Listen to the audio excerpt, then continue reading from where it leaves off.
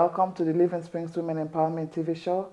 And our topic for today is relevant, a topic that's relevant to the world, to our families, individually and collectively. And I have a special guest. But before I delve into that, I just want you to call your sister-in-laws, your ex-laws, your in-laws, your enemy, your friend, any woman, because this is a woman's show. But you know what? The men can also benefit from it because it's a general topic that is facing the world today. So, without further ado, I will introduce my guest, our guest for the show, and so that we can learn. And my mind, my heart is open to learn and just drink from the well because she's an expert in this topic. Okay. Mrs. Sylvia Latina Izozo. Mrs. Latina Izozo is a global director chapter formation for the African Diaspora Development Institute.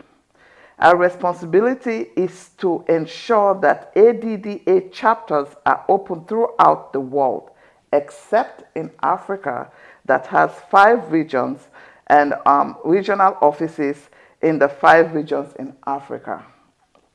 She is the chairperson and CEO for the African Diaspora Foundation, ADF, based in US and has offices in Tanzania and in process of opening them in the following countries: Nigeria, Algeria, Zambia, the Democratic Republic of Congo, and so on. ADF specializes in peace, and this is why I said it's a topic that's relevant to all.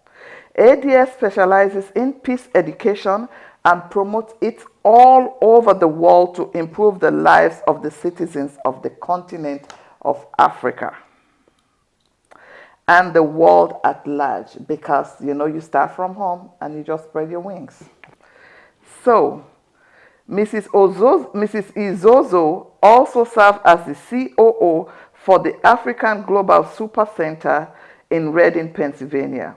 As chairperson for the ADF, she is working towards moving ADF agenda forward with it to eradicate the culture of violence, replacing it with cultural language of peace through education, employing the principles of nonviolence. And we know the world today.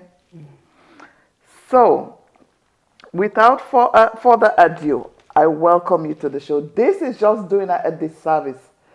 She will tell you the rest during a show. Because they said there is no better person to tell. You tell it yourself. So, she is a woman of God. She is married. She has children and the whole 9 years. Welcome, Mrs. Izozo. Thank you, Doctor. Thank you very much. It's a pleasure being here. Welcome. Okay. We'll go, and our topic for today is entrepreneurs needs education to thrive. Because some things you are not aware of, and if you're not taught, you don't know. You have some of the things you have to be taught. Some things are self-taught, and some things you learn from others. So this is the one that she's trying to empower women, men all over the world, children as well, so that peace, there's a lot of unrest in the world, and so that peace can be a forefront in everything that we do. So our first question for you, my first question is, Sister Sylvia, is peace is necessary for our lives, our home, our careers, our communities, country, and the world at large. Briefly explain the importance of our topic to set the prelude of the show. Why are we talking about peace? If somebody's just tuning in and say, okay, what are you talking about? What's the importance? Why do I need to know? Yes, absolutely. I'll take an example of your own home first. When you are in a home, in a relationship with a husband, even your children, imagine every morning waking up. The minute you step out of your bedroom or the minute you step out of your bed, a child is screaming, your husband is screaming, you are yelling, everybody's just at loggerheads with each other. How does the house maintain itself? It can't. It becomes a dysfunctional home. For a family to thrive and for a family to be happy and for a family to be successful, there always has to be first love, two, peace. Our Bible tells us to love one another, right? So if we don't love one another, if I don't love me first, how do I love you? The first thing you do is love me, love the Creator, then love my family, people around me, my friends, of course, and so forth. Now take it out to the normal world, outside our house, our home. You go to work, and on your way to work, you hear bullets. Boop, boop, boop, boop, boop, boop, boop, boop, boop. Where do you go? Are you going to get to work today? No, you're not. The first instinct is let me turn around and go home and be safe, my safety zone. Now, right now, when we look at our world, we are spending so much money on military, wars, guns, bombs, bazookas, name them, MiG fighters or whatever they are. The United States of America has a budget for 755 billion. Billion with a B for boy. Compared to Sierra Leone, which has 13 million. Now, if a war had to break out between the United States and Sierra Leone, does Sierra Leone stand a chance? Oh, definitely no. It's just like smooshing a roach, right? It's just like you're smooshing a roach. Now, if this money that these not only African countries, but countries as a whole, can just take 1%, just 1%, and invest it in a peace curriculum, education in schools, starting from 0 to 18. 0 to 18 means when a mother conceives a child, we call that 0, until, of course, she or he progresses. Now, when we were little, I remember being in Africa, we used to be taught Mary had a little lamb. It hasn't done anything for me. I'm serious, but I learned it, and I'm a grandma now, and I'm teaching it to my grandkids. I'm asking myself, why am I teaching them Mary had a little lamb? What's the little lamb going to do for my grandkids? So bringing it back home, fortunately, I got married to a man who I would call is a peace addict. I think that's the best word for him.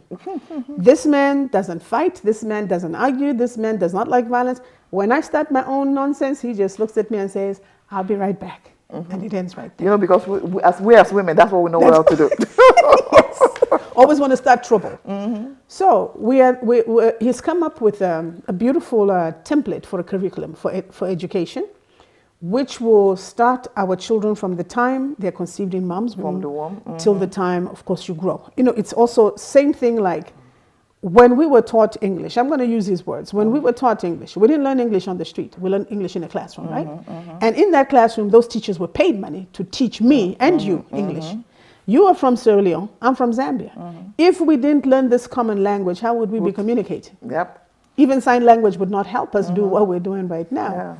So basically, what we're saying is we would like to see an implementation of peace education, a curriculum, and you get your 2-year college certificate, you get your 4-year, you get your master's, and you get your PhD.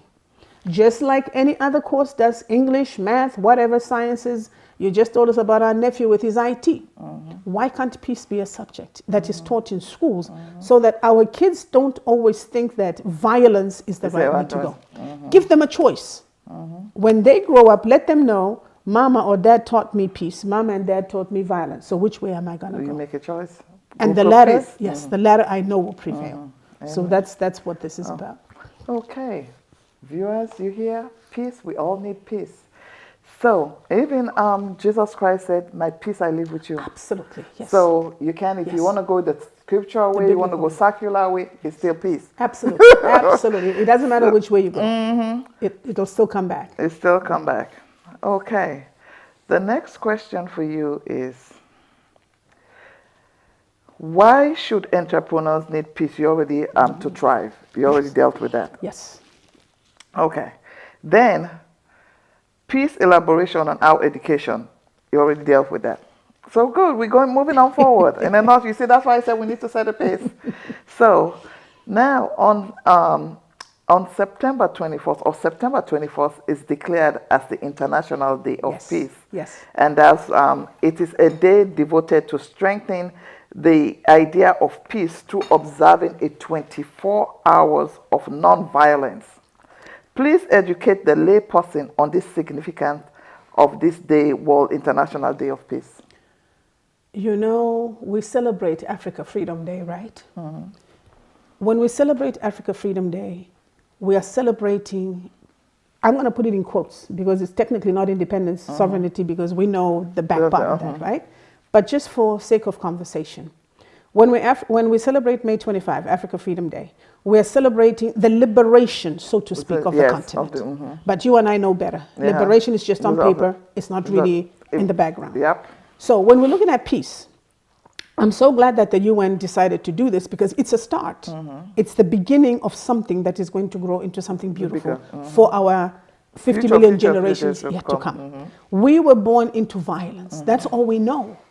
Look at our children today. I mean, the minute you argue, they go get a gun, boom, boom, boom, they shot, and they don't know how to resolve conflict. They're just so quick to, the that pistol. That conflict resolution is not there. It's not at all. The anger that the children are growing up with, most of these things need to be addressed. Now, this 21st day of September is significant in the sense that you, as a parent, it's your responsibility to start re-educating our children and teaching them to say, violence is not the way to go.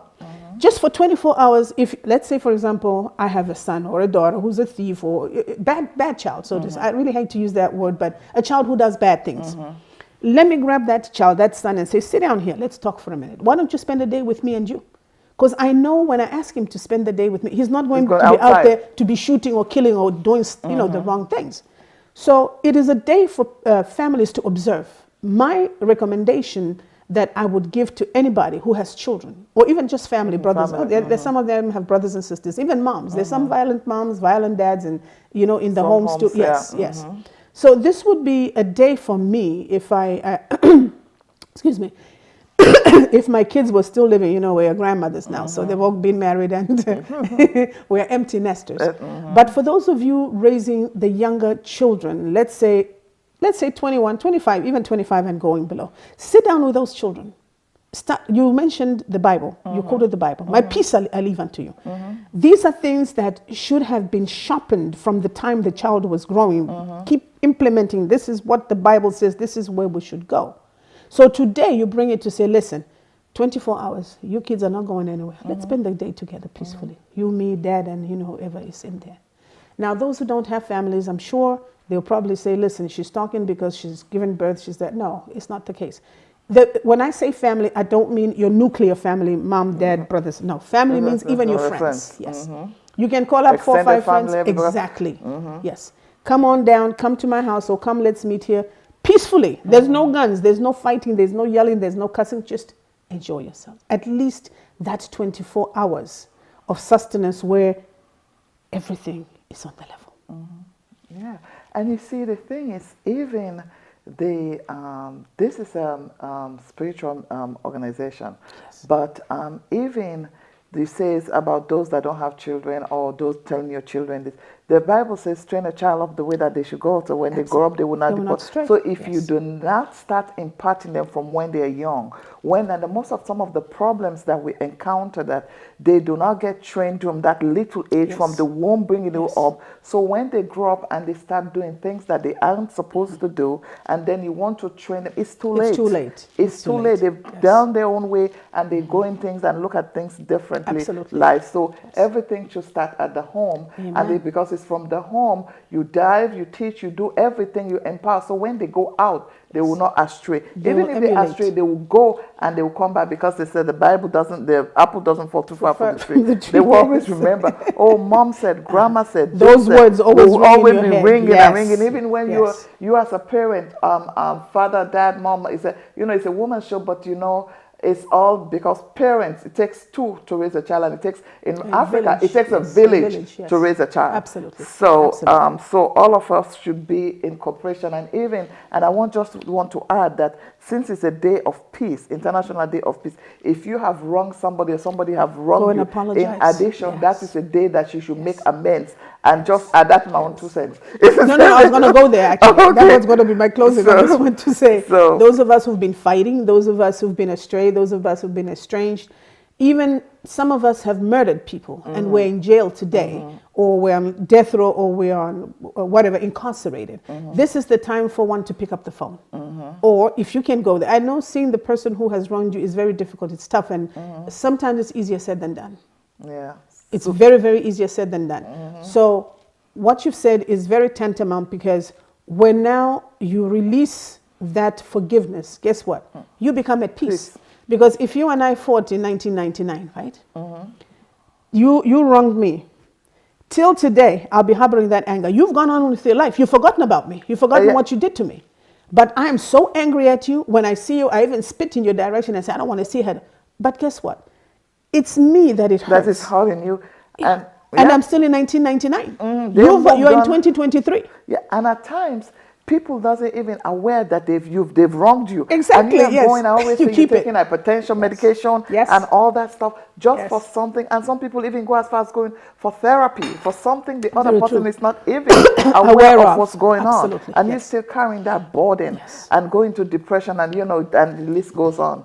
But that day is a day 24. For forgiveness. It's a forgiveness. We all should just think as make it a part of our lives. So, and for me moving forward, that would be, and this is, like I said, my heart, my mind is open to learn. And this is something I will impart in my family. It's not, if I tell you I knew about it, I know it's a World Peace Day, but internationally, but that's all about it. Okay, peace, they talk about peace in the world, but charity begins at home. Absolutely. So I just don't want us to mislead our younger generation, because tomorrow they'll quote and say, well, Mama Sylvia said 21st September is the only day to forgive. That's not what we said here. What we are saying is you need if you cannot say sorry to somebody immediately, the wrong has been done. I know you let it stew in you, but it's wrong. It's very wrong, because you're the one who's been hurt. You're going to be labored and burdened for years and years. And the person that wronged you, like I said, goes on. So what we're trying to say to our younger generation, who always think they know everything, anytime you say, oh, Mom, you're from the old fashioned, oh, Mom, you're from the old school, or that, they don't want to listen. Yeah. But I'm appealing to you, our children, to say, forgiveness is medicine in its own. Because that anger that you feel inside, you want to wring somebody's neck, you want to punch somebody, suppress it. Forget about it. And guess what? You're not going to lose anything. You got a lot to gain, because your sanity comes back, your mild-heartedness comes back, your heart is settled, and your BP, most of all, goes back to normal. And I just say, I always tell people that I come across in the medical field, I said, don't be big enough to walk away. Exactly. Just walk. You don't have anything to lose. Yes, absolutely. Okay. Absolutely. So, so peace should start at the home with the children, the community. Please explain some of the steps that can be taken to iron out our differences without violence. Excellent. I mentioned at the start of the show to say education is very vital, from 0 to 21. We normally used to say 0 to 18, but we realize that 18, there's still children in the head. At least, excuse me, when you get to 21, 25, the maturity starts to at least exhibit itself in small ways. But some of us, we get to 30 and 35, we're still in that naive goal. So what we talk about when we're talking about conflict resolution, I'll give an example of what my mom used to do to us. My mom was a disciplinarian. When you fight as siblings, right? She'll watch you fight. She won't say anything. And then the one who cries, she'll tell you, go get a switch outside. And you go get a switch outside.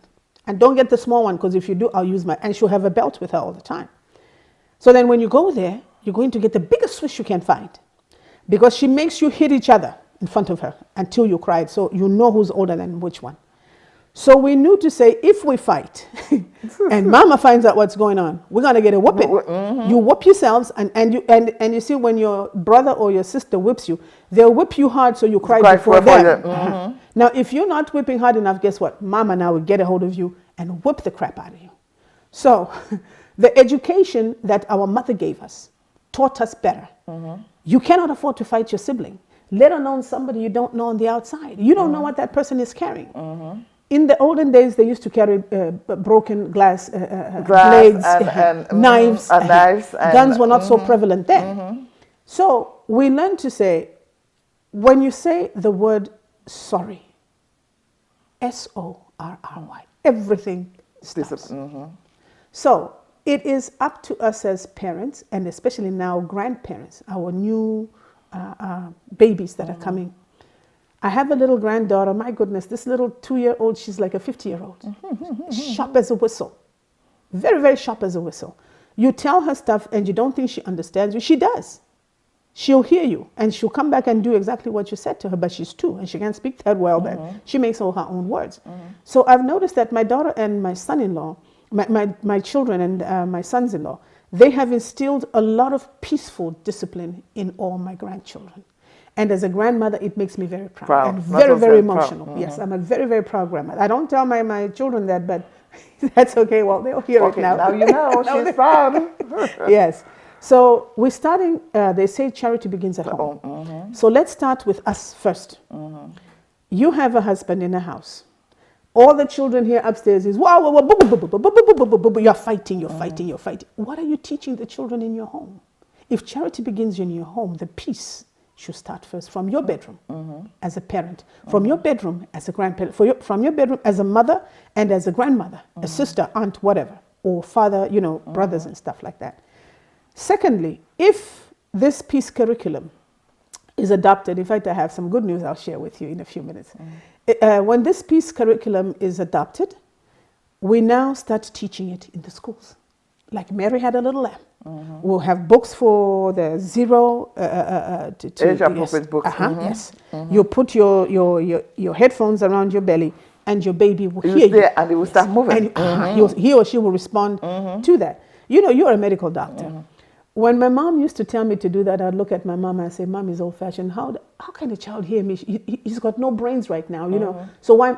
But the truth is, somehow, I one day sat down and I said, no. This woman is a woman of God and she's very wise.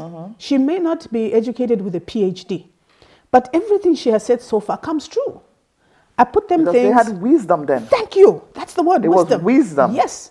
I took them things around. There was a day my daughter she was kicking so much. I think I ate onion. There's something she didn't like. So as soon as I put the headphones and I was put a song called Chariots of Fire. It's a song that really calms me down whenever I get excited about stuff. It's all musical. There's no wording. It's just the instruments. As soon as I put that, she stopped. I took it off just to prove a point, and oh my God, she started again, blowing, and worse than the first time. So I put them there, and I fell asleep. I said, "Oh, thank you, Jesus," and that's how she was calm. When she was born, her father picked her up, and we were in the hospital, and she let out this very loud cry, and then she suddenly stopped.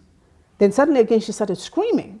Then the nurses are like, no, something must be wrong. Unfortunately, the cord had gone around her, her neck, and when they took it out, they scratched her somewhere here. So anyway, I told him to turn on my tape because I had the tape recorder. I said, play that. That's it. As soon as she heard it. Because that's what she's been used to. Yes. So I know for a fact that the babies hear everything we say. And you as a medical doctor know that our emotions as mom affects the emotions of the child in the stomach. So when you are angry as mom and you're yelling and you're screaming, that's not being peaceful. The kid comes out just the way you were behaving when you were pregnant with that child. So learning starts from 0 to 18 to 21 so that even as they progress, as they grow, it's your job as a mom, it's your job as a teacher to keep instilling that word peace. The child fights, you say, stop, it's not good. The child fights, stop, it's not good. Now, a lot of times these children, when you tell them it's not good, he's going to start and say, why? He started me first. I gotta beat him back. And I was like that too, unfortunately. But in this world of violence, we need to re-educate ourselves first as parents, ourselves first as mentors to the young ones who are coming up, and of course now our children that we are raising. Our children are older, but still, there's still time to teach 1 or 2 things that they will pick up. Yeah, because because I believe this thing, the day you stop learning, the day you start dying. Absolutely. So you're never too old to learn. Yes. So you learn, like I've learned something about this piece today, even though I know it's a peace day and all that, But this is something I'm going to instill. We're in the month of September, it's passed already, but next year we'll come back, probably do a follow-up and say, okay, based from that, a year now we go, this is where we are and what and how many people have we impacted. Absolutely. Because it's not just having the show is actually for people to empower the world, to empower women. And I said women particularly because I always say women are the neck, men are the head, and we turn them where they go. So I love that. So because and one of our pillars for this organization is that you teach a woman to teach a nation. Yes. And so women are the foundation of the world, of the home, of anywhere. Where is everything woman? You know, it goes well. Yes. If they want to make it well, yes, it goes well. Absolutely. So, and that's why they're the fundamental, and that's one of our pillars of this organization. And one thing you said, I just want to piggyback on, is when you said we teach them also, and within ourselves, as families, as siblings, as relatives, as citizens, we have to role model. Because some children, they only display what they see. Yes. Even when they go to school, you say, oh, but they're just 2 years, because they think it's normal because that's all they know, that's and what that's all does they to daddy. see. He yells at daddy every day, so I can do it too. And there's nothing you can say because that's what she or he is used to. And that's like there was something on Sidetrack. There was something that happened. I think it's at least last year. A young child, I think 6 or 7, took a gun at home to the school and shot the teacher. But that's what she knows. I'm not going to, because I don't know the details, but I'm just piggybacking on that, saying that children learn from what they see. It's a learned behavior, and that's going into psychology. So that will help. So we behave, no matter how, we just be the bigger person to walk away. And they know at times when emotions are high, hormones are high, you cannot do anything. Just be the bigger person and just walk away. And that speaks volume of you. It does. It makes you the bigger person. So now this goes to our next question. It says, United Nations theme for it says action for peace, which is called a call to action that recognizes our individual and collective responsibilities to foster peace. Explain our viewers to our viewers the importance of this theme, action for peace, according to United Nations. You know, we had these coups in West Africa. Of course, the neo-colonized Francophone countries, the 14 Francophone countries.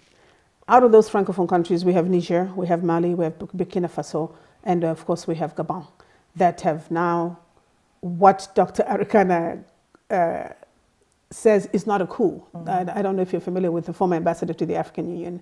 Her name was Dr. Arikana Chombo-Rikwao. She was let go from the African Union because she called out France on these atrocities that France has been doing to these 14 African countries, where $580 billion is being taken from all those 14 African countries, and then they only get, is it 10 or 20% back off of their own money.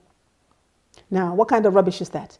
They have been buying from Niger a product. I was just going to say Niger too. A product at 0.80 cents, when the product on the world market is $200 per metric ton.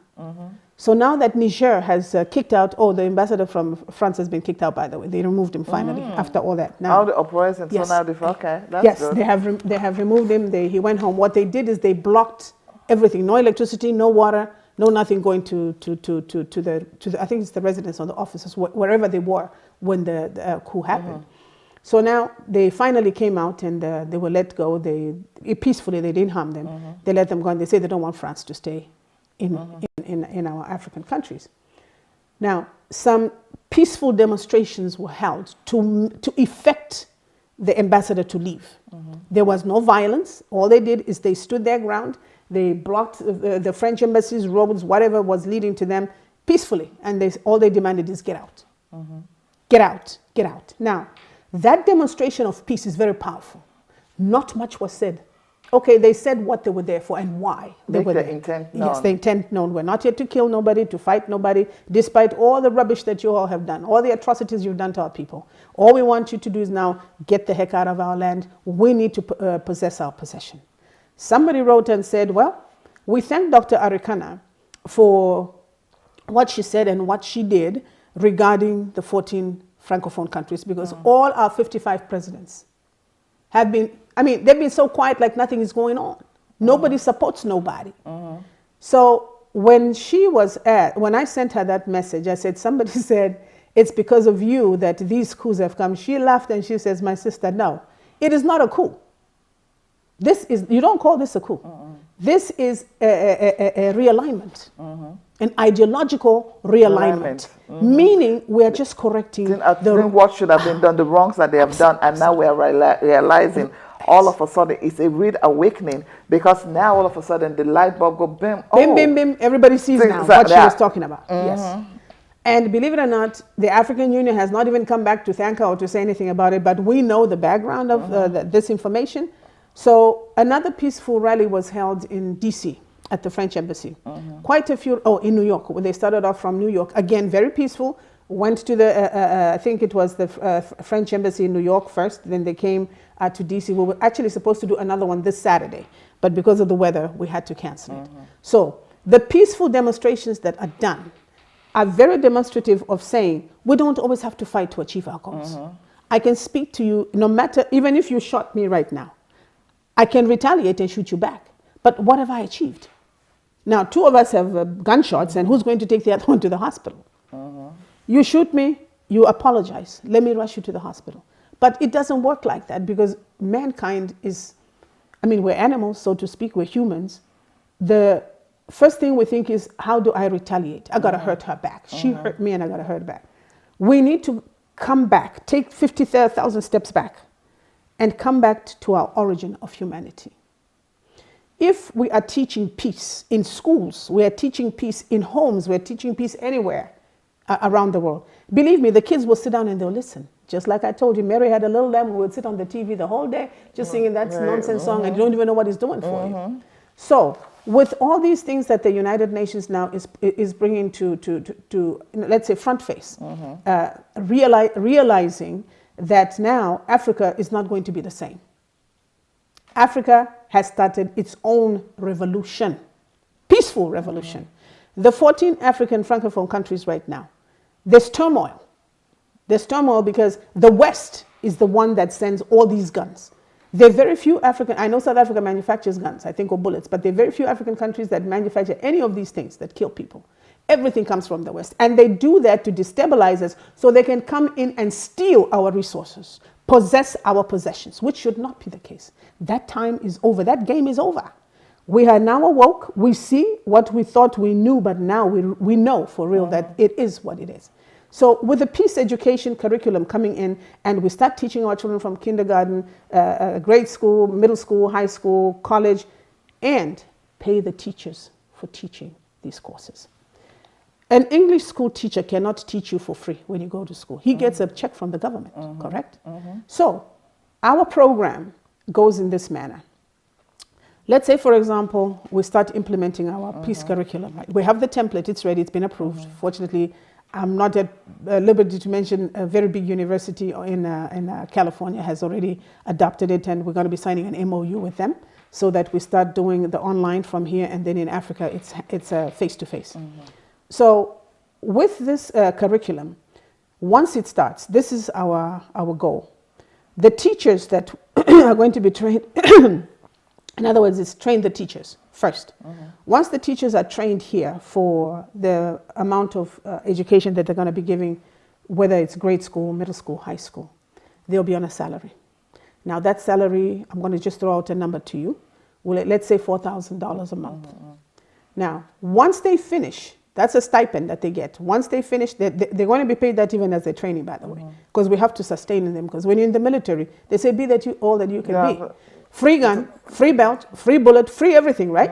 So why should our teachers who are trying to bring back normalcy to our community not be treated the same?